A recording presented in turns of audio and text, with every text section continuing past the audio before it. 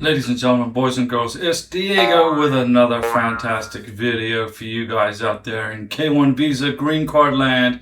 Remember, I am not an immigration attorney. I do not give you legal advice, and I do not work for USCIS.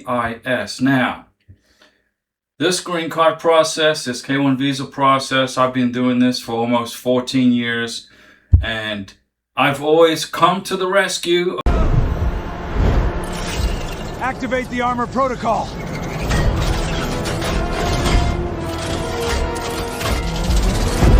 Of many people who've had their green cards denied or their K1 visas denied, or they're having problems filling out the paperwork. They've been receiving requests for further evidences, RFEs, and they don't know how to fix the problems, etc. Remember though, guys, even though I'm not an immigration attorney, I don't have the law degree that's required to be an immigration attorney, but I have this 14 years of experience, and I have, if not this same amount of knowledge as an immigration attorney into correcting these problems. So if you don't want to spend thousands and thousands and thousands of dollars on an immigration attorney to fix a problem or an issue, or if you have a question on how to file a K1 visa or a 2-year green card or a 10-year green card or a spousal visa, or if you want to become a US citizen and you qualify, this is the channel to be on. My beautiful wife Karina from Venezuela, now we met each other in Colombia in 2021. We dated each other for 3 years, and then I asked her to marry me. In Colombia, and I brought her to the United States at my request. Now, my beautiful wife Karina was quite happy working, managing all these ice cream stores in Bogota. Now, before she was in Bogota, she was the director of accounting for a company in Caracas, Venezuela. And then the communists came in and destroyed her country economically. So she relocated to Colombia. Thankfully, she did, because I was able to meet her. And I met her there. We dated, and I ended up renting an apartment with her in Bogota for almost 3 years. So I was running a house in Bogota, and I was running a house here in Florida, in the Panhandle. So we had a horrendous amount of evidence, overwhelming evidence that we provided to USCIS for the K1 visa, and also for her 2-year green card, which was mailed to our house within 3 months. And now she's waiting for her 10-year green card after we filed as a couple USCIS Form I-751. Okay, so that's a basic overview of our history. We met each other in Bogota. We dated for 3 years. I made numerous trips to Colombia, kept the boarding passes, kept all the evidence. My name was on the apartment in Bogota, so when we paid our rent, my name and her name and my name were both on the rent receipts, and we just kept on collecting all this evidence. So while I was in Bogota, Colombia, we'd go out to eat, we'd go to dinner dates, we probably ate at every steakhouse there is in Bogota, and we went on vacations. We went to Cucuta, Colombia. We went to, let's see, where else did we go? Santa Marta, Cartagena. While we were in Cartagena, we just decided to go there on a whim. So it was a rainy, cold, drizzly day in Colombia, in Bogota.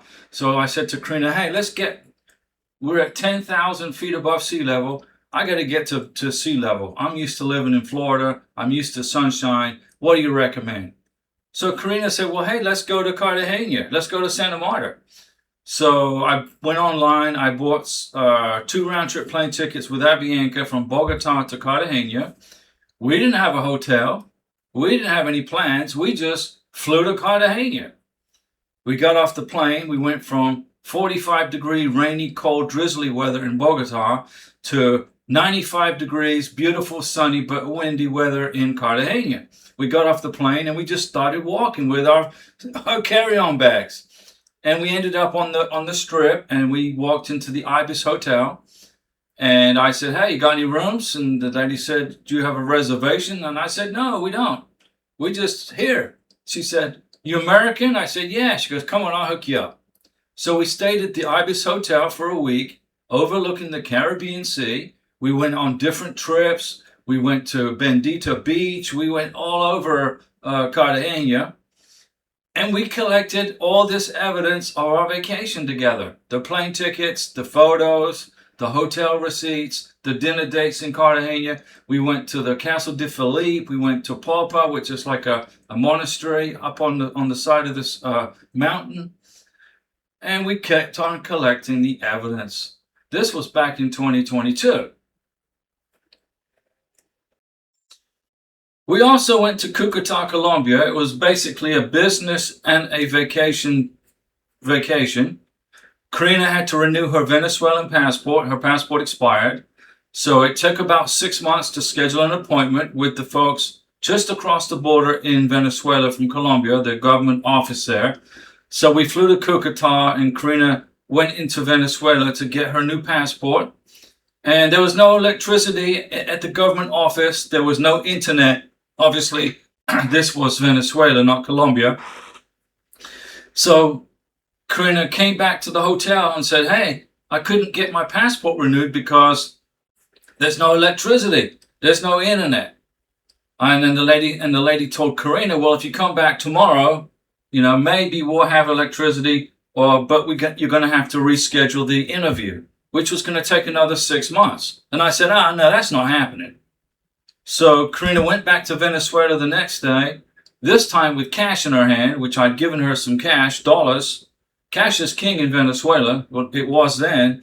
And she went back to the office. They had electricity for about 2 hours, and they had internet. So we got her passport renewed for 10 years, and she came back, and we continued our vacation in Cucuta. We flew to Cucuta, and we drove, which is on the Venezuelan border, and then we drove back in a big tourist bus, which was fun. It was a 15-hour bus ride from Cucuta to Bogota, up and down mountains, up and down mountains. It was a fantastic experience, even though we both got very car sick. Now, I don't get car sick because I was in the Navy for 20 years, but I got car sick on this trip. The mountains were very high and very long. It was a long trip. We kept all the receipts of the trip, the bus receipts, the photos in Venezuela for Karina and on the border with me. And we just kept on building and building up our evidence for our K1. I filed for the K1 visa, and after 23 months, it got approved. Okay. After her K1 visa got approved, it took another couple of months for me to schedule the visa interview at the U.S. Embassy in Bogota, Colombia, which I did. Okay. Paid the visa fee using my credit card. There was only 2 openings for the month of November of 2023, and I jumped on those 2 openings. So my recommendation is, if you're looking to try to schedule a visa interview, do it early in the morning, 4 o'clock in the morning, 5 o'clock in the morning, or late at night, 11 o'clock, 12, 1 o'clock in the morning. So that way the embassy's closed, but so is everybody else in bed, right? And then when those visa interview slots open up, you're first in there. So I scheduled the visa interview and the biometrics. When I had done all that, I collected more evidence. I filled out the I-134, the financial support, declaration of financial support. I got my tax returns, I was working back then, pay stuff, everything.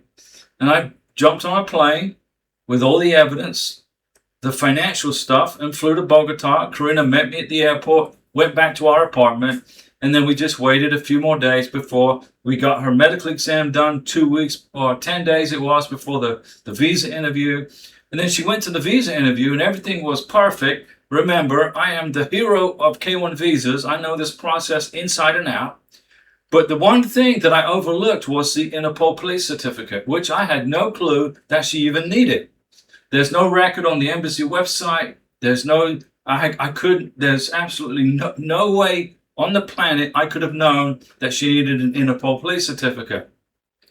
So she got her K1 visa approved, but they wouldn't issue it to her until Interpol had done a background check on her. Why did they require an Interpol background check? Because she was Venezuelan, who'd been living in Colombia for 6 years. And, if she had just come from Venezuela and flew to Bogota, then she wouldn't have needed this Interpol police check, but she got it. So she got a 221G. It put her K1 visa on hold for about 5 weeks, 4.5 weeks. She got the Interpol police certificate. She got the letter, a character reference from the president of Colombia. That was another thing she had to get. And then they issued her her K1 visa. Then we jumped on a plane and we flew to Bogota. We flew from Bogota, Colombia to Miami on this airplane right here. This is a Boeing 747.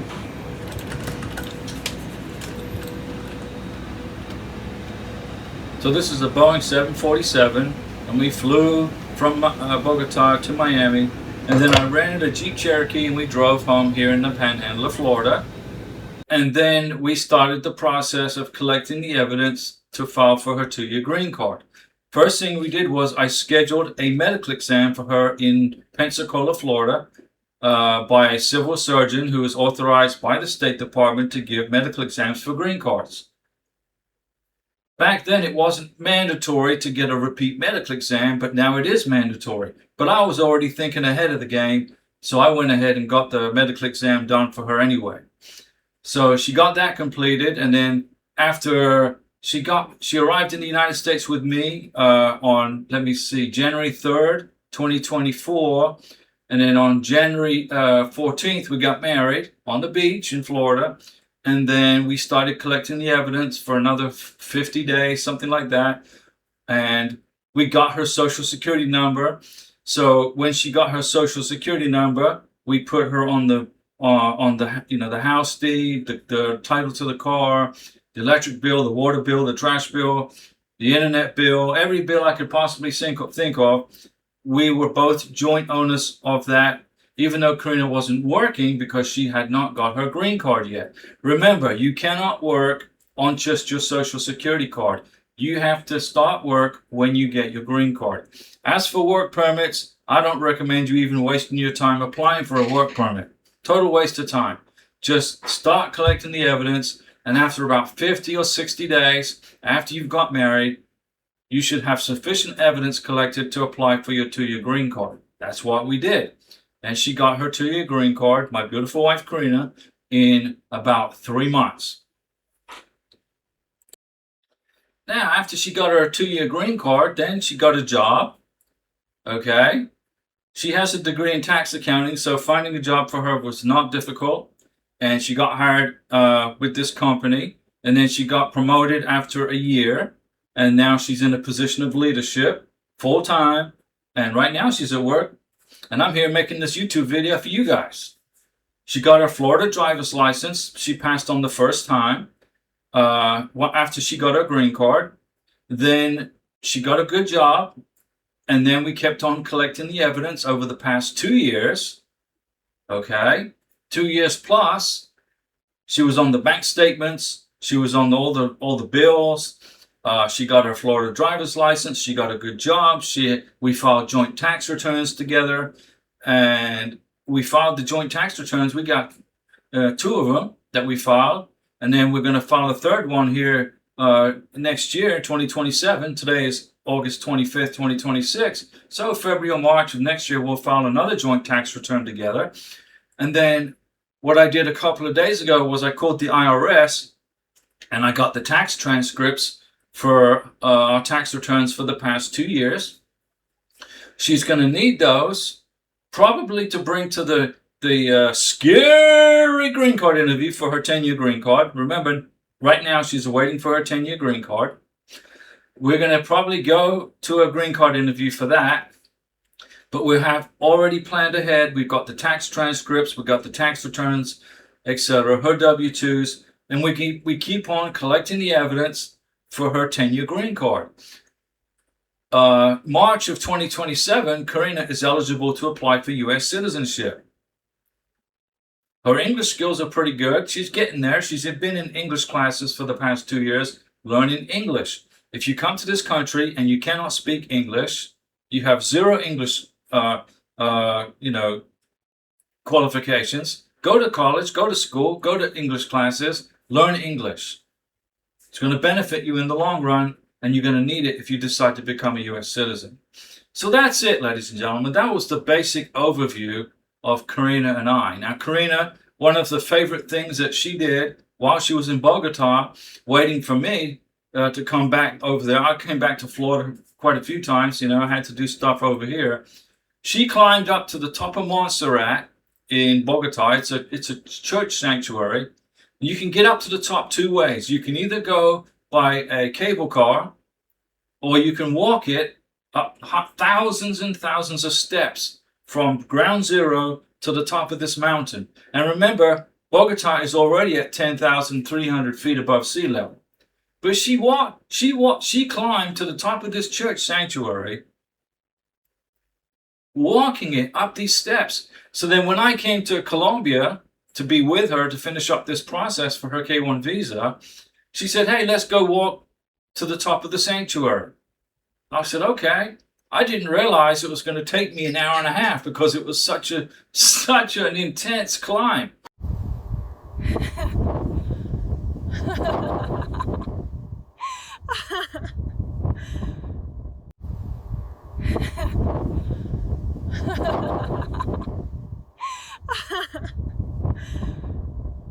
And then after that, we went and hiked to the tallest waterfall in Colombia. We got pictures doing that. And, you know, we did a lot of things while we were in Bogota. Different restaurants, visited different towns, went to Chauchi. We went to a coffee farm. We learned how to make coffee, how they grow coffee. And all this evidence was compiled, and we used a lot of it for her 2-year and also for her 10-year green card. If you want me to help you get your 2-year green card, file your K-1 visa, get your 10-year green card, become a citizen, I've got 14 years doing this, guys. And if you want my phone number and cell number, email address, etc., all you got to do is join down here as a member, and you will get that information. The purpose of this channel, guys, is to help you get your green card, get your K-1 visas approved, etc. And it was Karina's idea. She came up with the idea. This used to be a food channel. Then I changed it into an Exploring Colombia channel. Now it's an immigration channel. But it's not legal advice, okay? It's experience. How many immigration attorneys do you know of that has brought a fiance to the United States and went through the meat grinder of USCIS and the State Department and got their visas approved for their new fiancés, now wives? How many immigration attorneys have actually been in the field and done this for their family members? Ask the question. If you need an immigration attorney to do this, which you don't, but if you feel like you need one because you don't feel confident that you can do this yourself, when you find the immigration attorney, ask that person, have you ever filed a K-1 visa for a family member, for yourself, or a spousal visa, or any kind of visa? It's one thing going to school to learn how to be an immigration attorney, but it's quite another thing to actually wade through the crocodile-infested river and do it yourself. You can do this. If you want me to help you, join as a member, or hang out with Karina and I on the live streams. I do a live stream on Saturdays and Wednesday nights around 6 p.m. Central Time. Sometimes I'll take a night off. If you want me to help you on the live stream, I can help you on the live stream. If you want to call me on the phone, you're going to have to join as a member. Not because I want your $9.99. That's irrelevant. That just protects the channel. That way I know who's got the phone number and the email address which is connected to this YouTube channel. That's the only reason I ask for a membership. Other than that, you know, I would do this for as much as for free as possible as I can. Anyway, guys, see you at the next live stream, and thanks for watching the videos.